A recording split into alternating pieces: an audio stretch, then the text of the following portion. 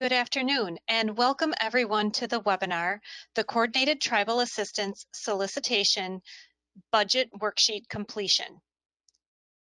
My name is Christina, and I will be your moderator for today. As we begin our presentation today, it is my pleasure to introduce our presenter, Angela Wade, who is with the Office of Justice Programs, Office of the Chief Financial Officer. We also have several panelists joining us from the U.S. Department of Justice. Thank you. Today we're going to talk about your budget and worksheet completion for the CTAS application process.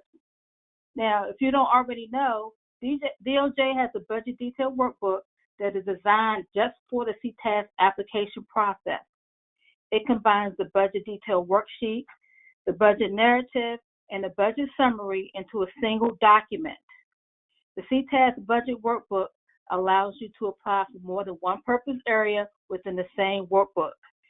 In short, you are only required to submit one workbook, although you may be applying for several purpose areas. Now, as you're preparing your CTAS budget, please make sure that you read through the solicitation. Be sure to pay close attention to those purpose areas that you plan on requesting funding for. There are very specific requirements for each purpose area. Now, when I say specific, I'm referring to some of those things that you may be required to include in your budget for a particular purpose area, as well as certain things or items that you may be allowed to include. For example, purpose area number 9 has 2 separate meeting attendance requirements that need to be included in that budget. So those are the kind of things you want to pay attention for when you're reading through the solicitation. There are also specific fact sheets allowable for each purpose area that you should read before developing or completing your budget.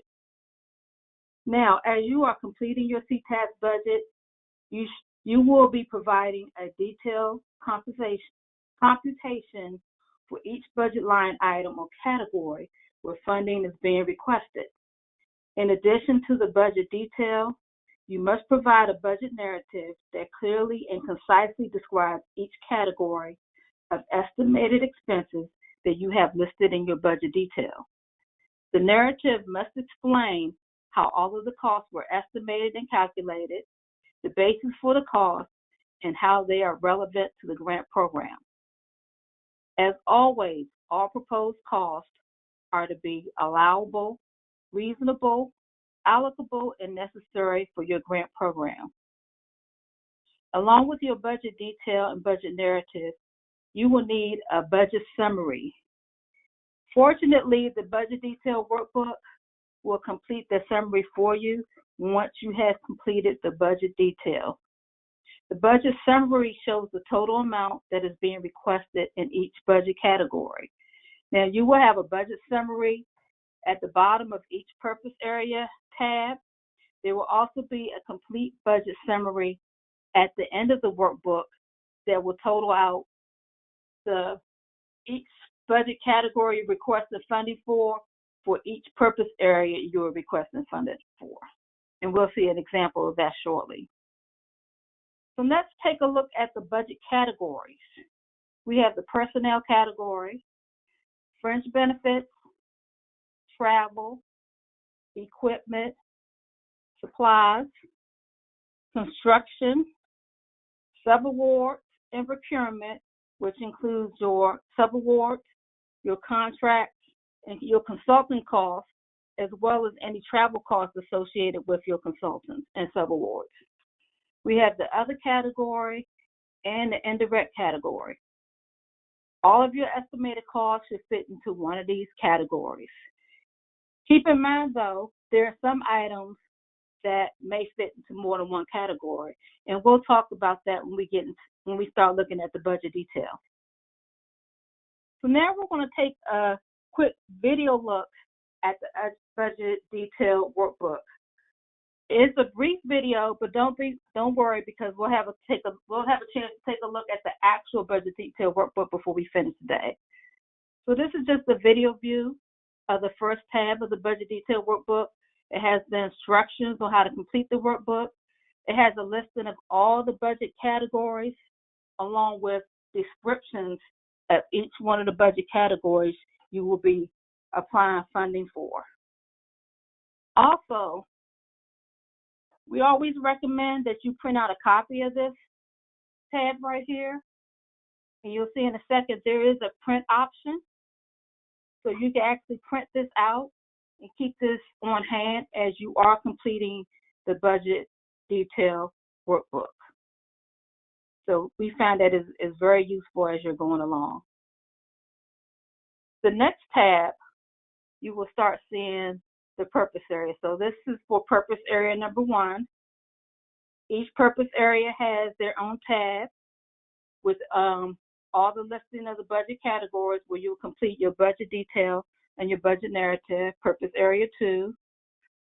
Then we have purpose area 3. Purpose area number 4. Purpose area number 6.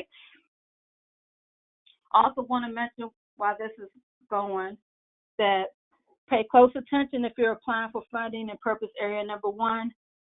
Purpose area number 1 requests a little bit more detail in the budget detail part, specifically for personnel and fringe benefits. So for each tab, again, it has a section for each category, start with personnel, going down the list through fringe benefits, all the way down to the indirect cost category. So it's a section where you will put in your calculations, and then the section underneath, you will enter your budget narrative information. Then once you get all the way to the bottom of this particular tab, you will see a budget summary. Now, the budget summary is the summary for this particular purpose area. So you'll see all the totals that you have requested for this particular purpose area. Then you have a budget summary that will show all the purpose areas with a summary for each category that you're requesting funding for. Always recommend that after you finish completing the budget workbook or worksheet and you're reviewing it for errors or mistakes, or just to make sure everything is there as you intended it to be, go look at the budget summary. If you see any errors on the budget summary page, then you want to go back to that particular purpose area tab and make the corrections there. So the first category we're going to talk about is the personnel category. So for the personnel category, this is where you're going to list all the personnel within your organization that are going to be working on your particular grant program. So you want to list out each position and title, the name of the employee. That's if you know the name of the employee. It's perfectly fine if you don't know the name of the employee yet, or if that position has not been filled yet. In addition to the position title and name, you want to show their salary or rate of pay or their compensation. It could be annual, it could be hourly, weekly, or monthly, however your organization pays their payroll or salary. Next, you want to show the amount of time they will be working on your particular grant or project and the percentage of time they will be working on your particular project. Also, don't forget, if your organization currently pays a cost of living increase or a COLA, you want to make sure you include that here as well. So this is just an example of what your calculations would look like. You will list out each position, their salary, the percentage of time, and the amount of time they're going to be working on your particular program.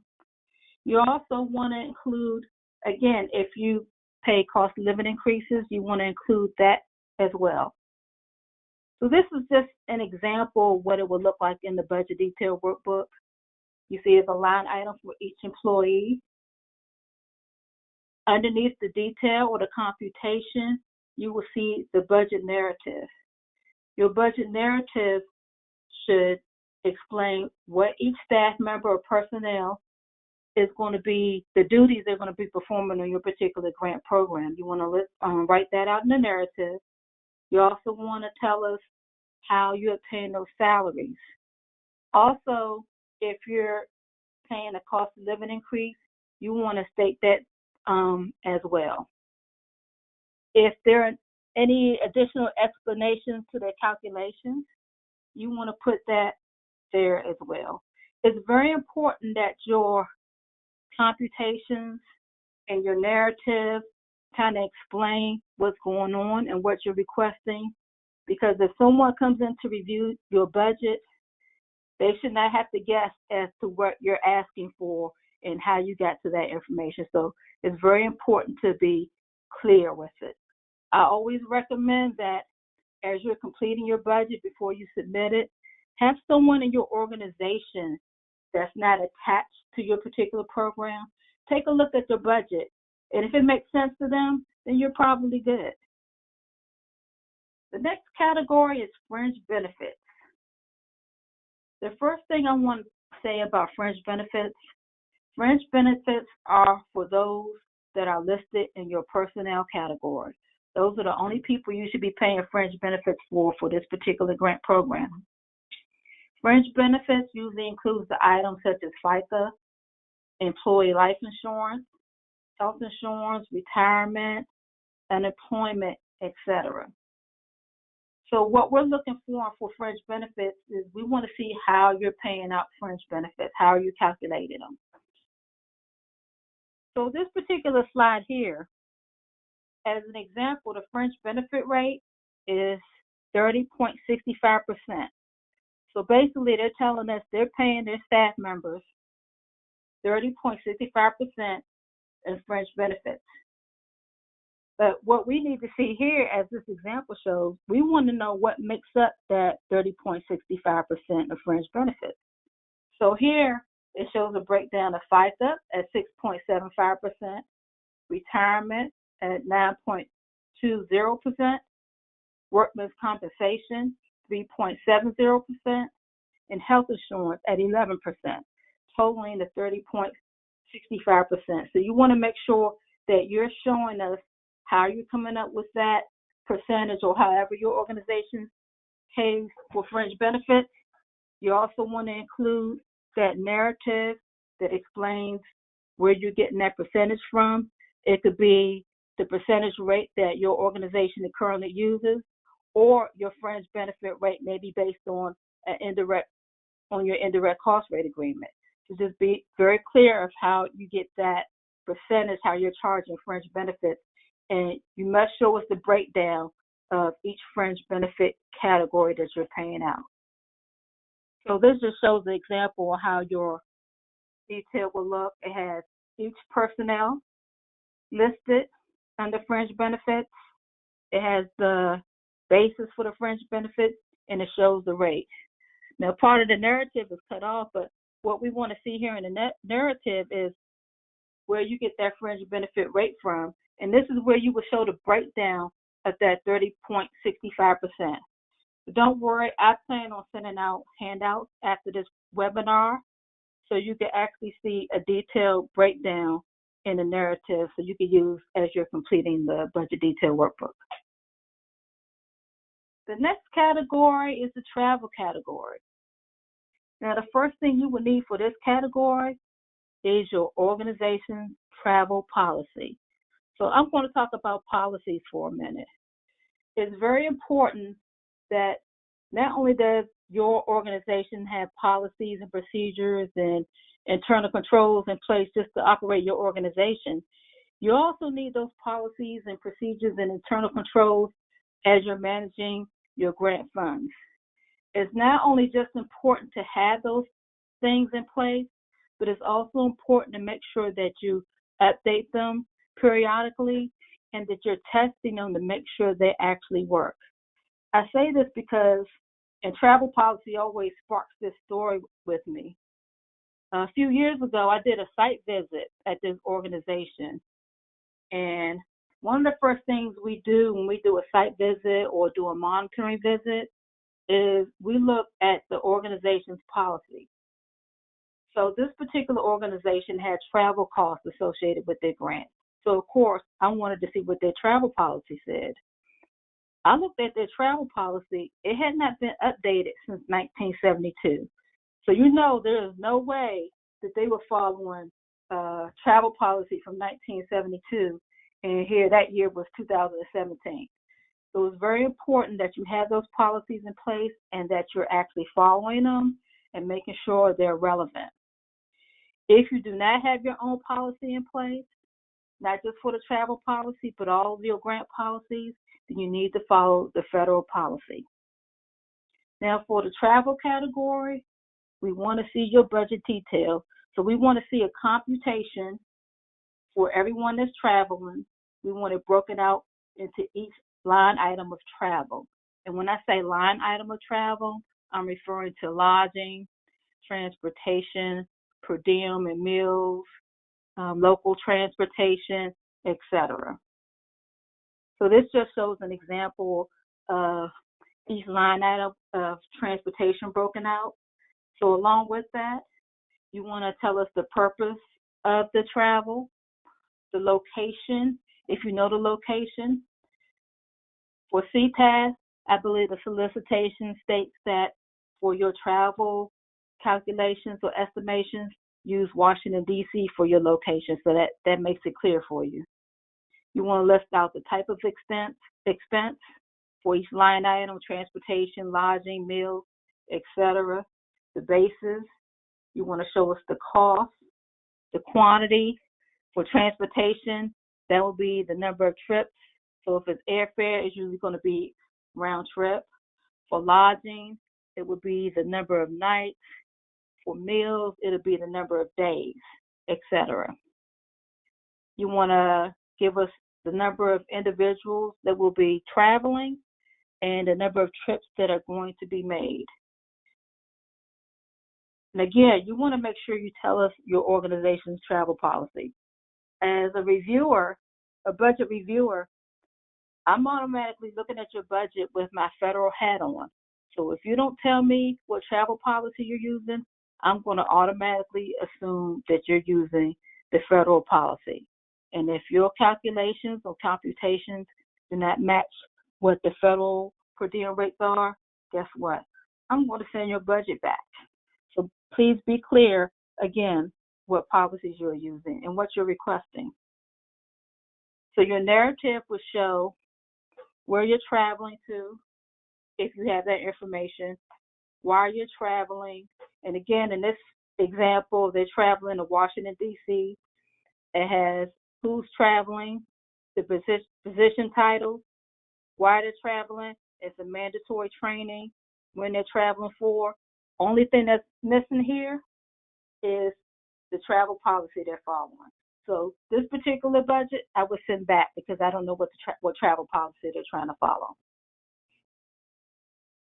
Now, if you are hosting an OJP event that has 30 or more attendees or participants, lodging costs for any of those attendees that need lodging cannot exceed or go over the federal per diem rate for lodging.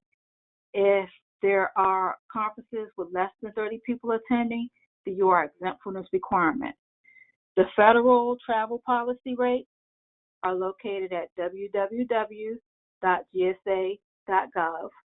The DOJ Financial Guide has additional information in regards to travel policies and requirements. The next category is the equipment category. So for equipment, you need to know your organization's policy for capitalizing equipment. That is the capitalization threshold for equipment. And again, if you do not have your own policy, you must follow the federal policy. Now, the federal policy for capitalizing equipment is a fair market value of $5,000 or more with a useful life of more than 1 year. So what we're looking for in the equipment category, we want to know what equipment you are purchasing and the cost per item. And we also want to know in the narrative how this equipment is going to support your particular grant program. So again, the federal policy is a fair market value of $5,000 or more or a useful life of more than 1 year. If you have purchased equipment under the federal policy and you no longer need it for your grant program, or any other criminal justice purposes, and the fair market value of that equipment is less than $5,000, then you can actually keep that equipment with no additional or further obligation to the Department of Justice. If that same piece of equipment has a fair market value of $5,000 or more, you could do one or two things. You can either keep that equipment and continue using it, or sell that equipment. However, if you do sell that equipment, any proceeds from the sale must be returned to the awarding federal agency. So this slide here just shows you the calculation and a narrative for the equipment. It has two items. It has laptop computers. The number of items is 2, and the cost is $2,500. As a copy machine, number of items is 1, with a cost of $2,000. Now down in the narrative, let me back up for a second. So I'm looking at the cost of the laptop computers at $2,500 each, and the copy machine at $2,000 each. With my federal hat on, I'm thinking, hey, under the federal policy, this wouldn't be an equipment. But if you look down in the narrative, the narrative says the capitalization threshold for our agency's fixed asset policy is $2,000. So because this organization's capitalization threshold is $2,000, then these items belong in the equipment category. So you need to make sure you know what your organization's policy is for capitalizing equipment.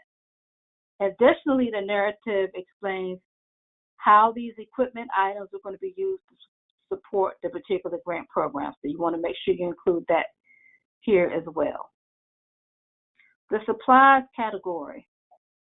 The supplies category includes any expendable items and equipment that falls under your capitalization threshold. So let me say that again. It includes expendable items and any equipment that falls under your capitalization threshold. So for the supplies category, you're going to list out these items by type, and you want to show how you calculated the cost. So this slide here shows an example of items listed in supplies. You have cell phones, portable printers, Microsoft software, general office supplies. Looking at the portable printers, you might think, well, a printer is a piece of equipment, but if you look at the cost, it's $200 per item. It falls under this organization's capitalization policy, which was $2,000. So these items belong in the the supplies category. Two other items on here I want you to take a look at: the cell phones and the Microsoft software. Remember I mentioned earlier, you have some items can fall into more than one budget category. Cell phones and Microsoft software are sometimes put in other budget categories. That is perfectly fine. Sometimes you may see cell phones and Microsoft software in the other category. You might see them in the procurement category as well. That is perfectly fine. Just keep in mind that when your budget is being reviewed, you might have someone tell you, we need you to move this to the other category. We may need you to move this to the supply category. I would suggest that if someone asks you to move these things around, even though you may have had them in one category last year when you applied, this year somebody's different reviewing your budget, they may want you to put it in the other category. Do me a favor, go ahead and put it in the other category, because the goal is to get your budget approved so you can start drawing down your funds. In the narrative here, it explains how these supply items are being used to support the grant program and how the costs are actually calculated out. The construction category. The construction costs are generally unallowable. However, usually minor repairs and renovations may be allowed. Now for CTAS, if you're applying for funding for purpose area number 4, then you may be allowed to incur costs in this particular category. These costs may be renovations, expansions, prefab, or for modular buildings. Again, please be sure that you read the solicitation and consult with your program manager before you request funding in these categories. You just want to make sure you know exactly what is actually allowable.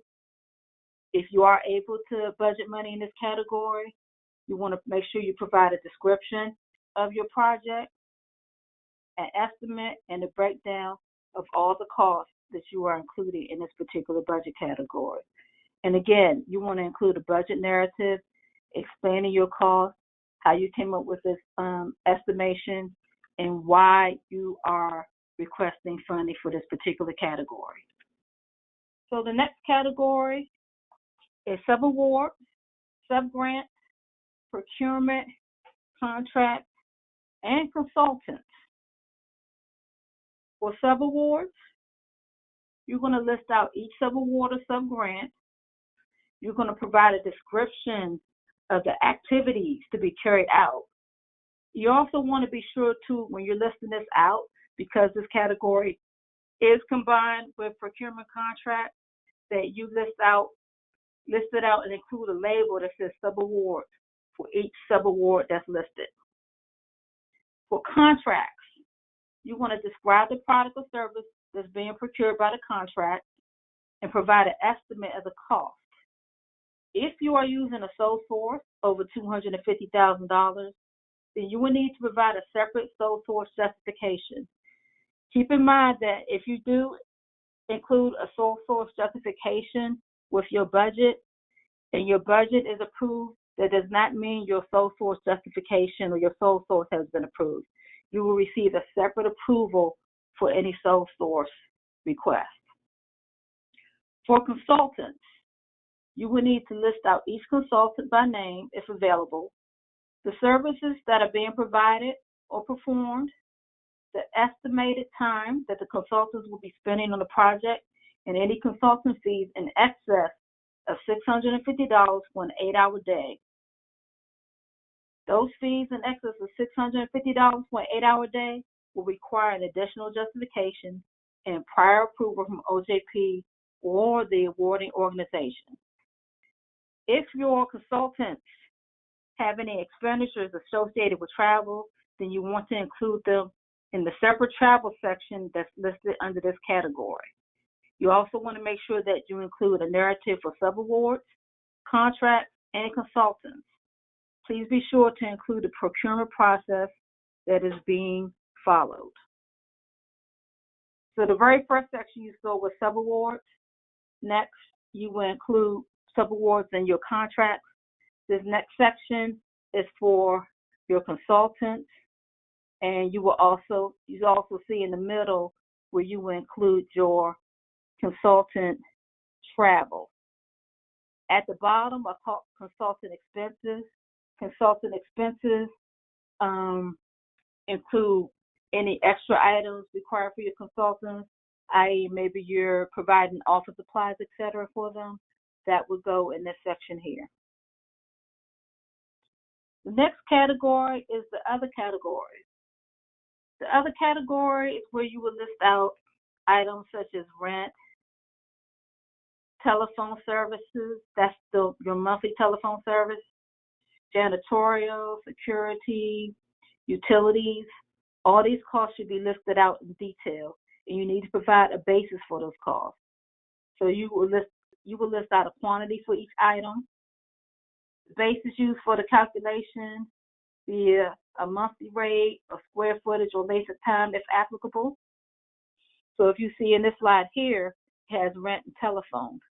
Rent is based on square feet, a quantity of 2,500, and a cost of 1.76 per square foot. That's listed in the calculation. It's also spelled out in the narrative, so you want to make sure you explain that calculation down in the narrative.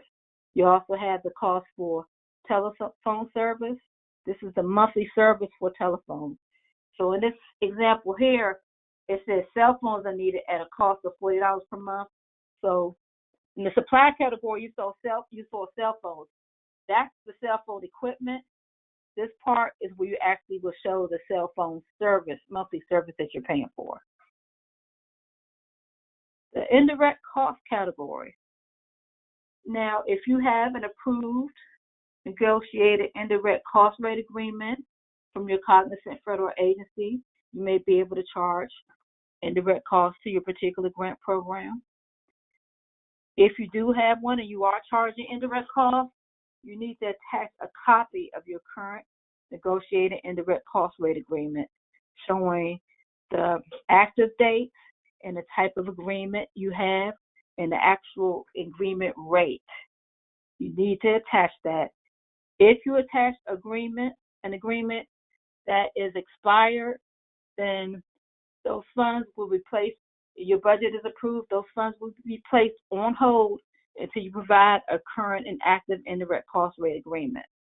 The same goes if you include indirect costs in your budget and you do not attach an indirect cost rate agreement. Those funds will be put on hold until you provide a current and active agreement. If your organization does not have a current indirect cost rate agreement and has never had one negotiated, then you may elect to use the de minimis rate. You need to alert us that you're using the de minimis rate and the percentage you're using. You're allowed to use an up to 10% of modified total direct cost if you're using the de minimis rate. So what you're going to show for indirect cost, the description will basically be indirect cost. You're going to show us the basis for your indirect cost. That basis is based on what is listed on your indirect cost rate agreement as to what will be your basis for your indirect cost. You're going to give us the rate, and of course the workbook is going to calculate it out. In your narrative, you're going to tell us what type of rate you have. In this example, is a fixed rate. Your percentage, the basis, so your percentage is 18%. It's based off direct salaries and fringe benefits. And you're going to tell us who your cognizant federal agency is and the effective end date of your indirect cost rate agreement. So this is just what a basic budget summary looks like. You'll see a line item for personnel, fringe benefits, travel, equipment, supplies, construction, subawards, procurement contracts, other costs, direct costs, and then a separate line item from indirect costs. The budget summary again shows everything you're requesting, the total amount you're requesting for each budget category.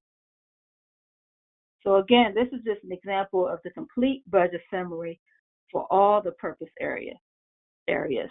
So it will show a summary for each budget category. For every purpose area, you've completed a budget detail and narrative for.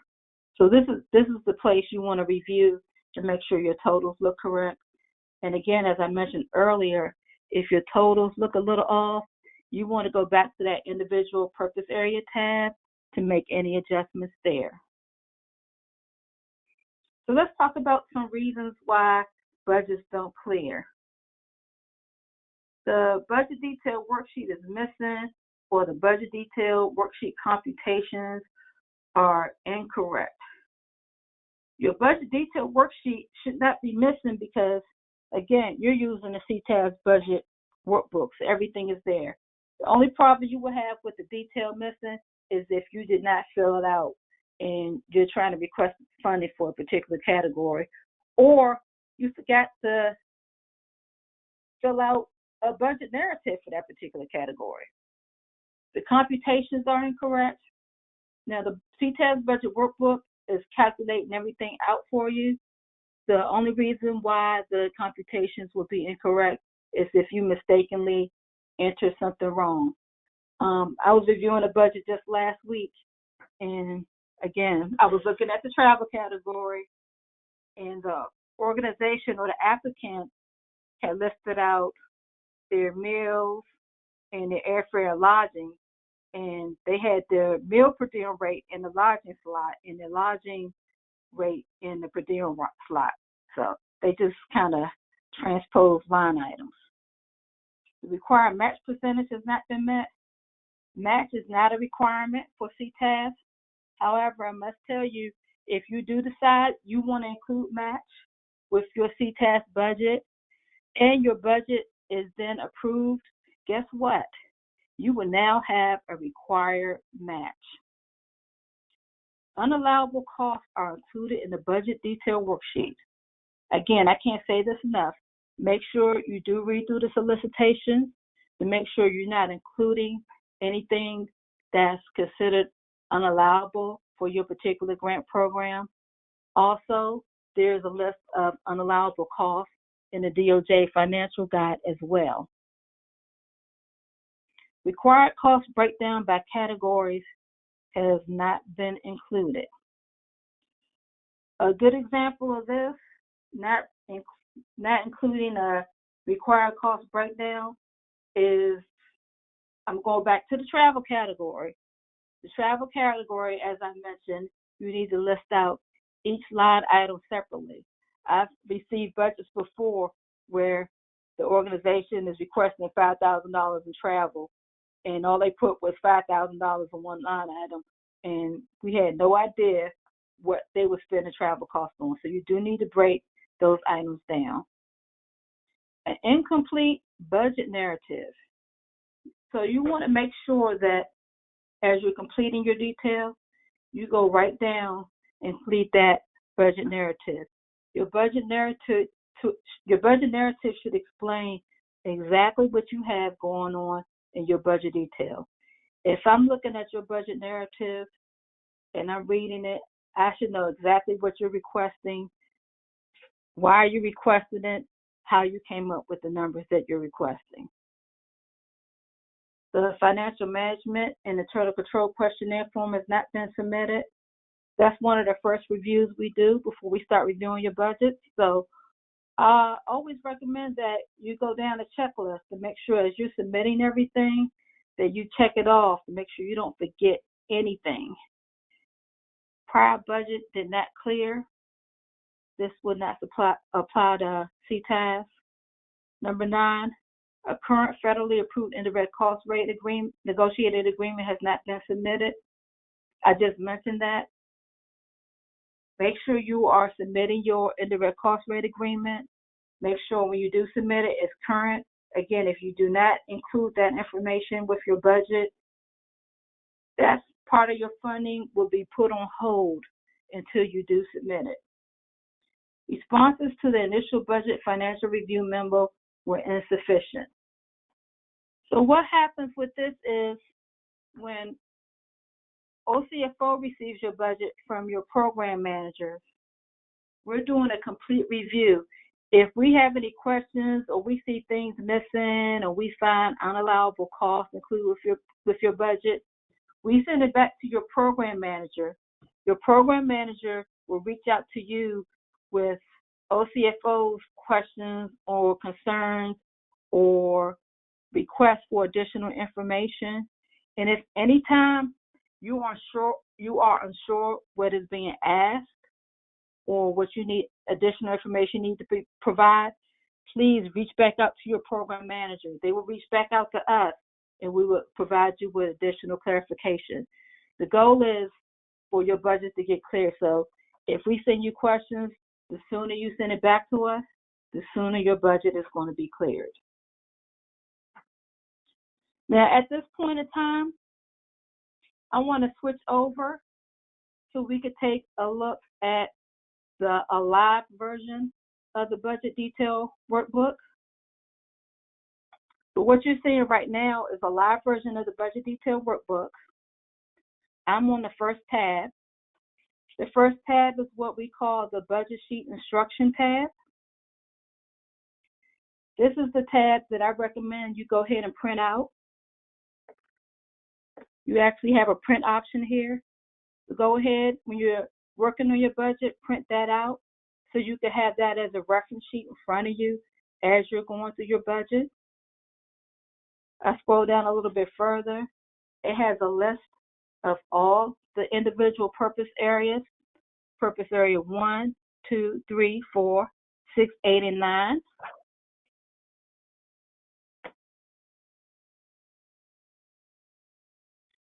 If you click on a particular purpose area, it's going to take you straight to that purpose area tab. So I clicked on purpose area number 4. It took me straight to the purpose area number 4 tab. Or you could just scroll down to the bottom and scroll over tab by tab. Going down further, it has a list of all the budget categories and a detailed description of the information you need to provide for each budget category.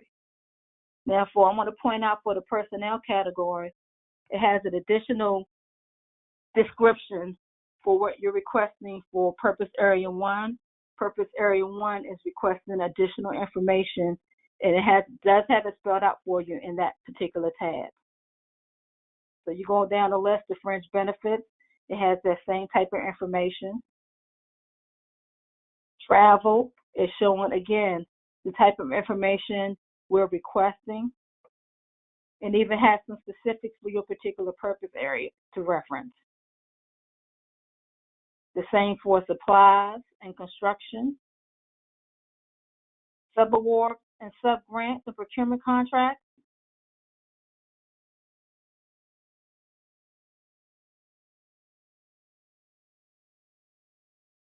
Other costs and indirect costs. So it's very detailed information on this particular tab. So again, I do advise that you do print that information out. So let's go quickly over to the first tab, is Purpose Area 1. So if I scroll down a bit for Purpose Area 1, it kind of looks a little bit different than the other tabs. So it's requesting the information in a different way. So in order to add information to any purpose area, or should I say to any budget category, you're going to click on a button that says Add. Purpose Area 1 is very specific. They want you to add either a sworn position or a civilian position. So whatever position you're adding, you're going to click on those buttons, and you're going to put in the appropriate information, the name of position, the category, the number of positions, and the rate of pay for each year, along with the amount of time they're going to be working. So if you scroll down, the Fringe Benefits for Purpose Area 1 is broken out by Fringe Benefit type. So you're going to basically be doing the same thing here. So again, Purpose Area 1 is asking for specific information, so pay close attention as you're completing this section. If you get down to the narrative section, they combine the personnel and fringe benefit narrative for Purpose Area 1. So you want to complete that narrative together. It's a little red arrow. I'm not sure if you can see it on your end. Up here next to personnel salary and fringe benefits narrative, is asking you for specific information for your particular narrative. So you can kind of highlight that. And then it'll show a breakdown of the different types of personnel positions for this particular purpose area. This purpose area is the only one who has this section set up like this. So I just want you to be mindful of that. They have the same thing for their travel section for Purpose Area 1. So to add a travel expense, you're going to click on Add Travel Expense. And it'll open up another section. Say you have more trips or requirements you need to add. If you're adding equipment, you're going to click on Add Equipment. You want to put in your items and the cost. The same with the supplies. Construction is grayed out. Construction is only allowed for purpose area number 4. But it's the same, basically the same thing for subawards and procurement contracts. We keep scrolling down. The same with other and indirect costs. I'm going to click on one of the other purpose areas. I'm going to go to purpose area number 3 because I actually have some information entered there. So here for purpose area 3, in the personnel section, you see this is a little different than the purpose area 1. So for this, I clicked on add personnel, and for 3 staff members, I have a line item for year 1, but I did a separate section for year 2. That way for year 2, I'm showing where they have included a cost of living increase. So if you look at John Smith, project director year 1, he has a salary of $60,000 for year 1. But if you go to John Smith year 2, he has a salary for $63,000. That's basically showing that he's getting an increase in year 2. So that's just another way of showing your COLA allocations when you're completing the personnel section. So down here in the narrative, it has an explanation of the duties they will all be performing, but also the very last sentence in here, it has an explanation that year 2 includes a COLA increase, and then shows the 5% increase. So if you are paying a COLA increase, this is one way to show it in your budget and budget narrative. Fringe benefits, let's take a look at that real quick. You click on add benefit. So here I have each staff member listed, the basis of their fringe benefits, which I use their salary, their total salaries that's being requested for the grant, and the fringe benefit rate, 30.65%. But if you go down here in the narrative, you see where I had listed out where their fringe benefits came from. It's the going rate for their particular organization, and I have a breakdown of each fringe benefit item, showing the amount of that 30.65% that is FICA, the amount that's retirement, the amount that's workman's comp, and the amount of insurance. So those are the kind of things we're looking for as you're entering items in the workbook. So each one that you do, when you get to that section, you're going to have to click on add that expense, whichever category that is, and then open up a line item for you to put your calculation or your detail in. And I'm going to send out a handout with this information on it to assist you as you're completing your budgets. I just wanted to give you a live look at the budget workbook, considering the video I showed earlier was kind of quick, so that didn't really give you a good chance to review it. I'm going to go all the way down to the bottom. Now, each one of these tabs, again, has a budget summary at the bottom. It'll show the amount you're requesting for this particular purpose area for each budget category. So again, it's a tab for each purpose area. I'm going to jump all the way to the very last tab, which is the complete budget summary for the whole workbook. So if you look at the top, it has the purpose areas going across the top. And down the first column A, it has all the budget categories. So you can get a bird's eye view of everything you're requesting for every purpose area that you're requesting funding for. And you'll have your complete total that you're requesting right here at the bottom. So at this point, I'm going to go ahead and switch back to the slide presentation.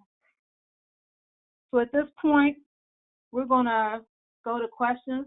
This is my contact information here.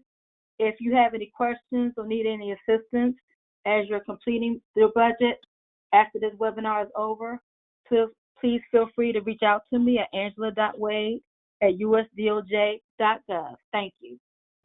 Great. Thank you so much, Angela, for a great presentation. We do have some questions already, and our first question is, we would like to get some additional information on application and reporting requirements and funding restrictions. Is there a place where we can find that information? There are various places you can find it. I do feel like the question is a little bit vague. I'm not sure what they mean by funding restrictions, but I do want to make sure that this person gets their question answered. If you could send me a direct email to james.a a.smith@usdoj.gov.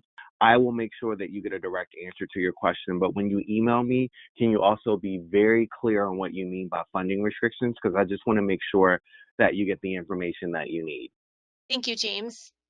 And our next question is, if your budget changes between submission in grants.gov and the final submission in just grants, will there be a way to clarify which is correct? So we will actually work with, so this is how we will actually work with you. If at which point it's determined that when we're reviewing applications that, let's just say we're going to award you, if we make that decision, someone will be reaching out to you to let you know what's needed to correct certain things. Or maybe even earlier on in the process, someone would definitely reach out to you if it was a need to correct certain things after it's been submitted. Thank you, James. And our next question is regarding travel. When entering in travel information, are all of the following listed in the transportation category? Airfare, baggage fees, parking, mileage, and shuttle or taxi? Thank you. Good question. For transportation, the transportation line item would include things like airfare or train fare. The other items, such as baggage fees, you will list baggage fees under other. For taxi, service, mileage, or shuttles, or parking fees and tolls, that will be listed under local travel. Great, thank you, Angela. And our next question is regarding quotes. And it's the question is, I have quotes related to renovation, for example, trenching, IT fiber replacement, demo. Should renovation related work all be listed under F, construction? Hi, this is Sarah Schulman from BJA. Yes, you can put all those types of renovation related costs under construction. Great, thank you, Dara. And our next question is regarding sole sources. For sole source, is this per item for any one item that is 250,000 in total? Or if I have 3 of one item that would meet the 250,000 total with buying all 3. So one of those items would not be 250,000, but if they purchase 3 of those items, it would be at or over 250,000. Would that be sole source? This is Angela. For sole source, we're looking at the total amount of the contract, not items. So if you have a contract to make those purchases and the total contract is going to be $250,000 or more, for a particular sole source, that would be a sole source. Looking at the whole contract as a whole, not an individual item. Thank you, Angela. And the next question is regarding purpose area number 1. Can we ask for only equipment under purpose area number 1, or do we have to include at least one person under the grant to manage the grant? Hi, this is Ann from the COPS office. You can request under equipment and training. There are 2 different categories that you can request under for the purpose area 1. Thank you, Ann. And our next question is also, the next few questions are also related to purpose area number 1.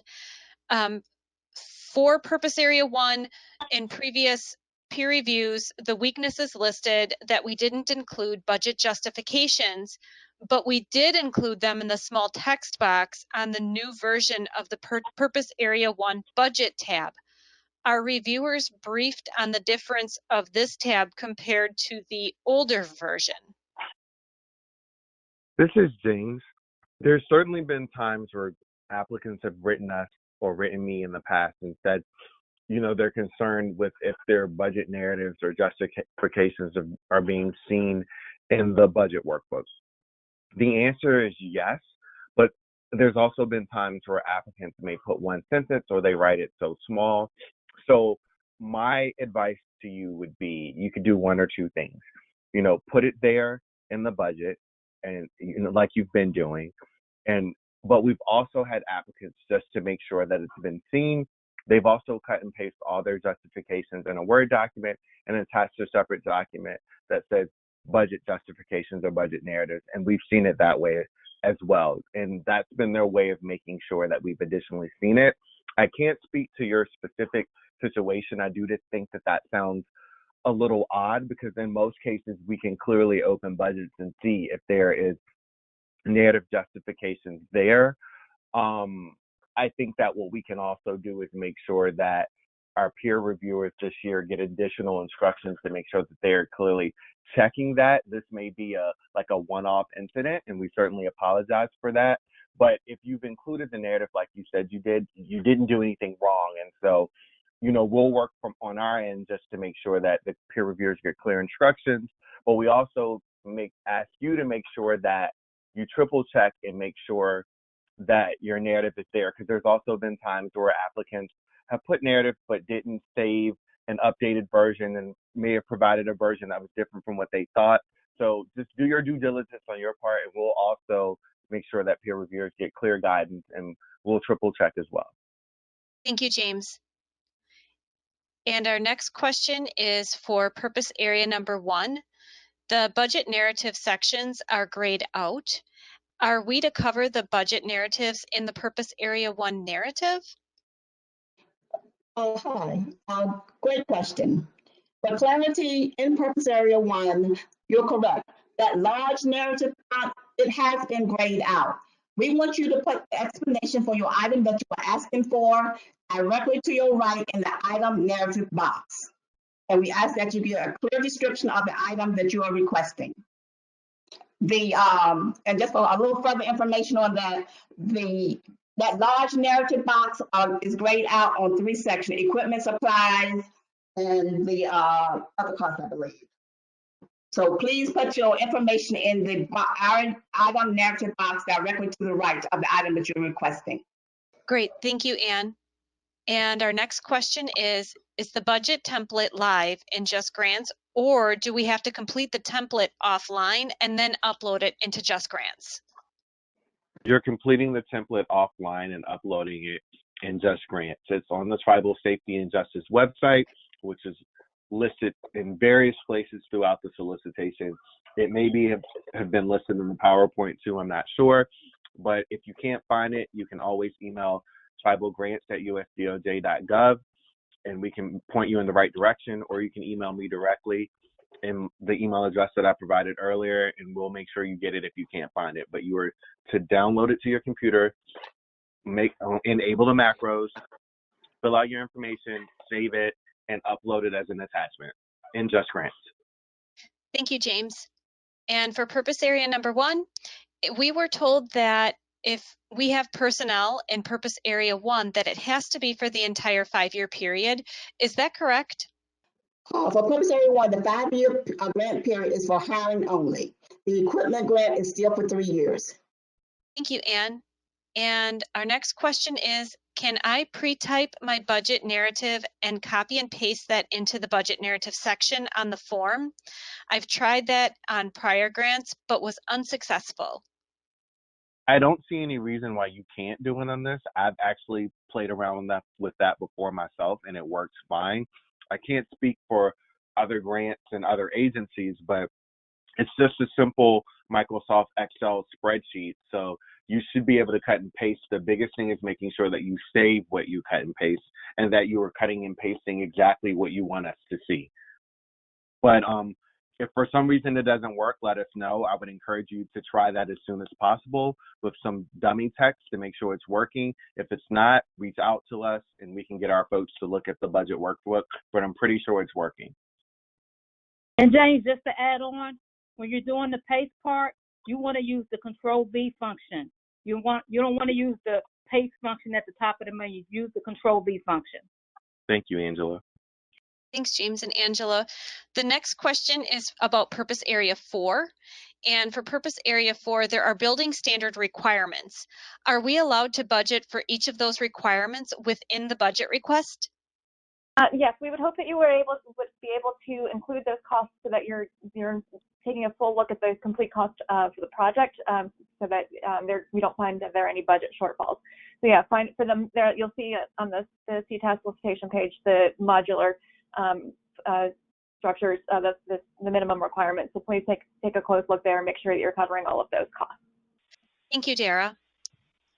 And for purpose area number 3, would fuel for local travel be under travel or under other?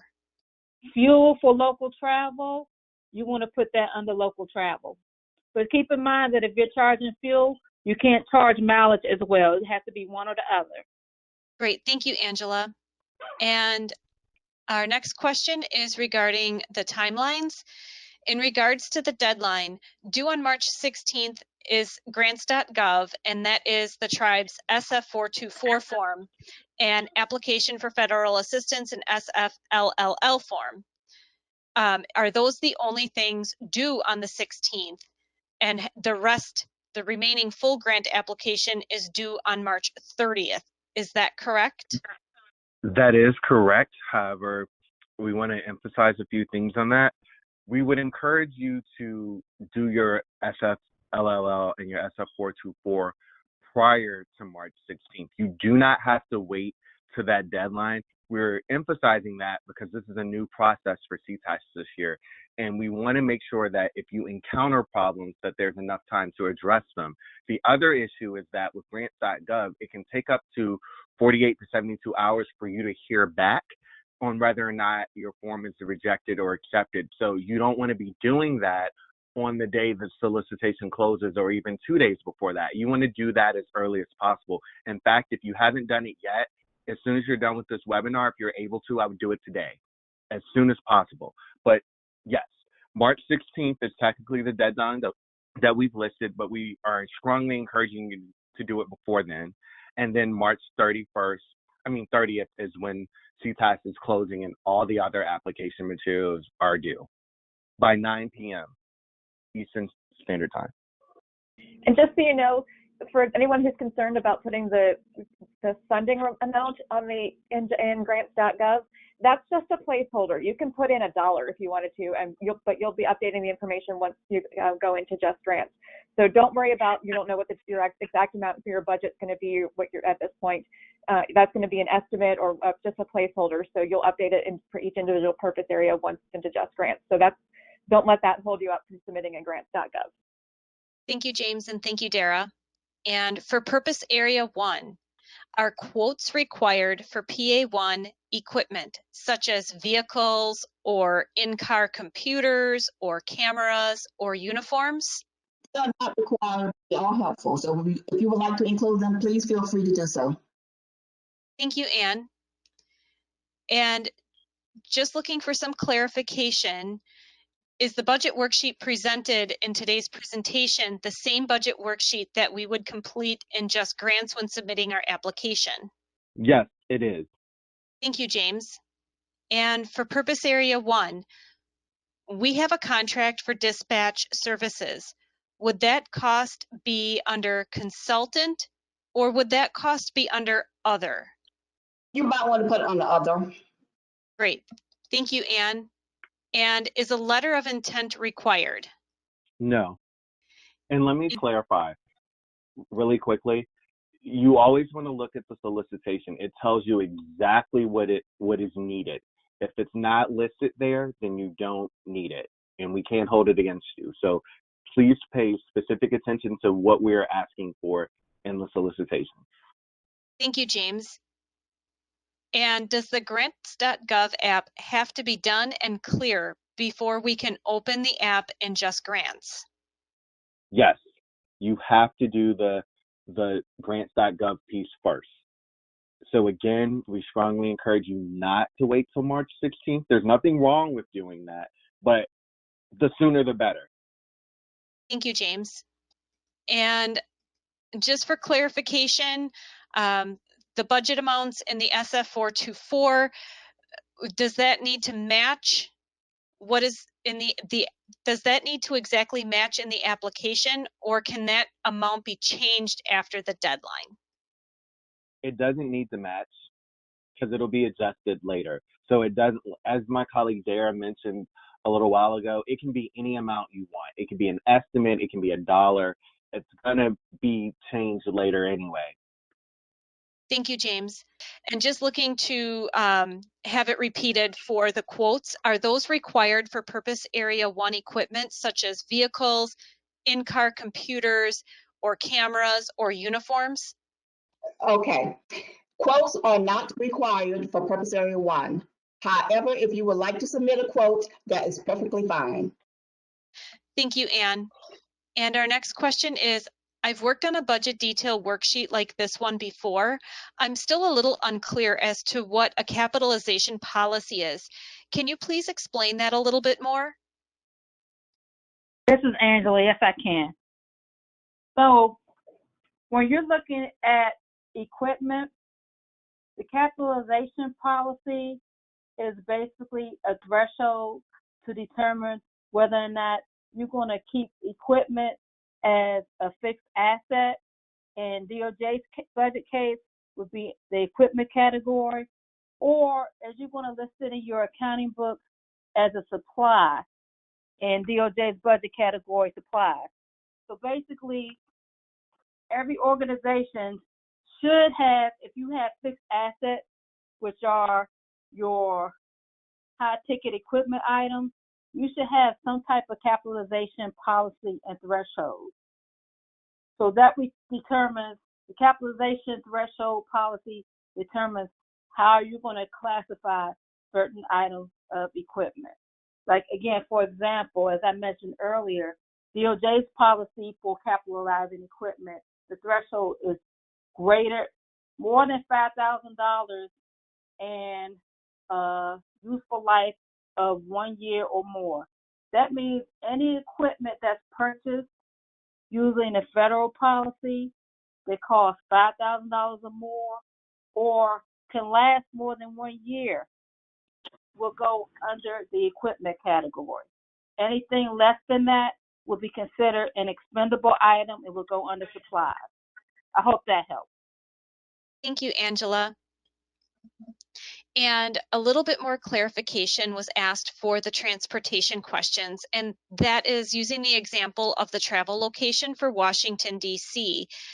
For transportation to Washington, D.C., mileage, airfare, baggage fees, parking, taxi, shuttle, those would not be local travel to the individuals traveling. Looking just for clarification on where to put those items. So for traveling to D.C., the airfare would be listed next to transportation.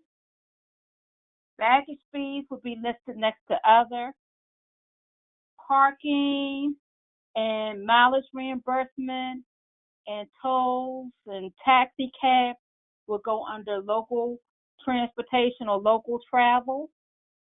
Meals or per diem would just be simply listed under meals and per diem, and lodging or hotels would be simply listed under lodging. So the only things that would go under local travel or local transportation would be things like mileage reimbursement, gas, taxi fees, parking fees, and tolls.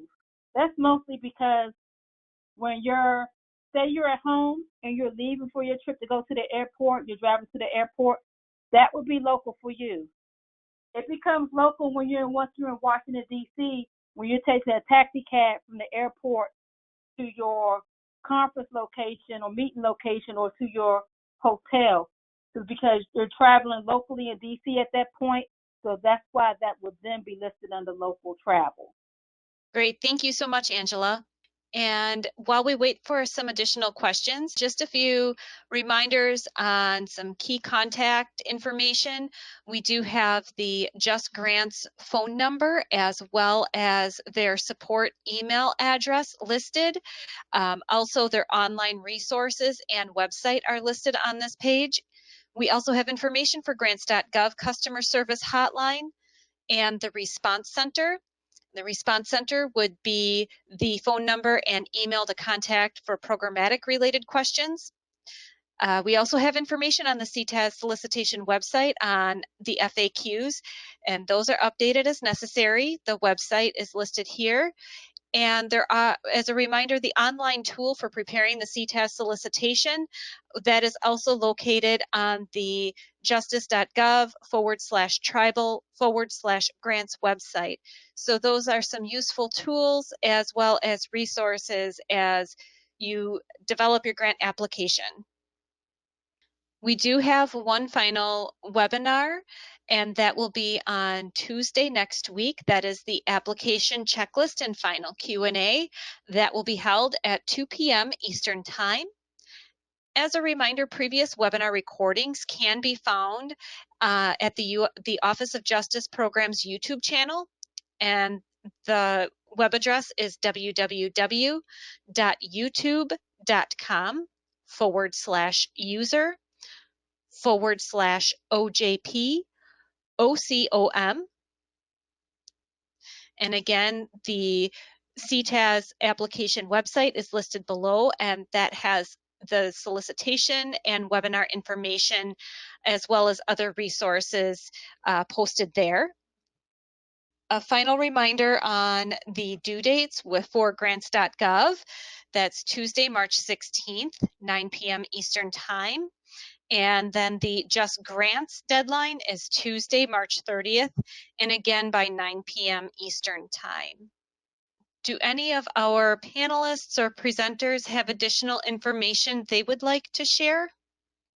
Yes, this is Angela. I just want to mention one more thing, that I will have handouts available with more examples as you're completing your budget. So I will make sure that gets out before the week is over. I'm going to try my best to get it out by close of business tomorrow, but just be on the lookout for those handouts. Thank you. Great, thanks, Angela. Yeah, just a few kind of final reminders to kind of help our grantees. And I hate to sound like a broken record, but we really want you to understand the importance of these deadlines. So I would encourage everyone that's on the call right now, if you're thinking about submitting, just go ahead and do your grants.gov stuff today or tomorrow or by the end of the week. Don't wait until the 16th. Just get that stuff in so it makes it a lot easier for you. It's like one part of the hurdle that you don't have to worry about. The other thing is, develop a timeline for yourself, put dates on your Outlook calendar, your Google Calendar, whatever you need so that you don't forget when key things are due. Set deadlines for yourself. Try to submit your application or finish it at least 2 weeks in advance so that you have time to thoroughly review it and make sure that you don't make simple mistakes. Every year we get emails from folks who have forgotten to attach key things like a budget, and they're openly telling us this.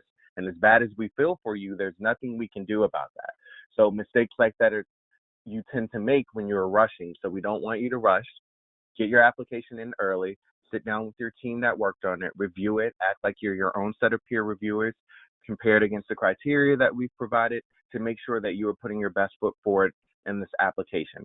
If there are any questions, don't hesitate to reach out to us via the contact information that we've provided. However, know that we can only answer questions. We cannot review any materials, so please do not email us budgets or budget narratives or anything of that nature, because we are not legally required, or we can't look at those type things. So we are here to answer kind of technical questions about the solicitation. The other thing I would say is also make sure that you're attaching the correct versions of documents. There's been plenty of times when folks have attached their purpose area narrative, but it's been a version that still has track changes. Unfortunately, that's exactly what we have to accept and turn over to the peer reviewers. We know that's not what you want, but we are not allowed to do anything else after the deadline. So again, make sure that you are paying attention and submitting the correct versions of documents. And this is also very important if you're applying for more than one purpose area. If you're doing that, then a budget and a purpose area narrative is required for each purpose area that you're applying for. So if you leave out one of those key documents, it eliminates your ability to be able to move forward in the process. So we don't want that to happen to anyone. So just triple check, and make sure that you have those documents that are required. We have a checklist in the solicitation. Feel free to review that. As Christina mentioned earlier, We'll be having our final webinar next week that focuses on that checklist and kind of some other things. So we just want you guys to be successful. So part of doing that, though, is making sure that you don't rush and that you allow yourself enough time to get these applications in successfully. So we wish you good luck. Again, March 16th, grants.gov. Grants.gov deadline, but you're all going to be rock stars and submit that beforehand. And then March 30th is the closing date for CTAS for all other materials at 9 p.m. Eastern Standard Time. I would also say one other thing. If you happen to reach out to us on the day before closing or closing day early or closing night, any of those two time frames, whether it's me, whether it's someone else representing CTAS and you're getting your questions answered, if we give you strict instructions on what to do regarding your application, please follow those instructions to the T. Do exactly what it is that we tell you to do. So I just want to make sure that you get that key information as well. Thanks, James. We would like to thank everyone for joining us this afternoon, and we hope you can join us next week on March 9th for the final checklist and final Q&A webinar. Thanks so much. We wish everyone a great afternoon.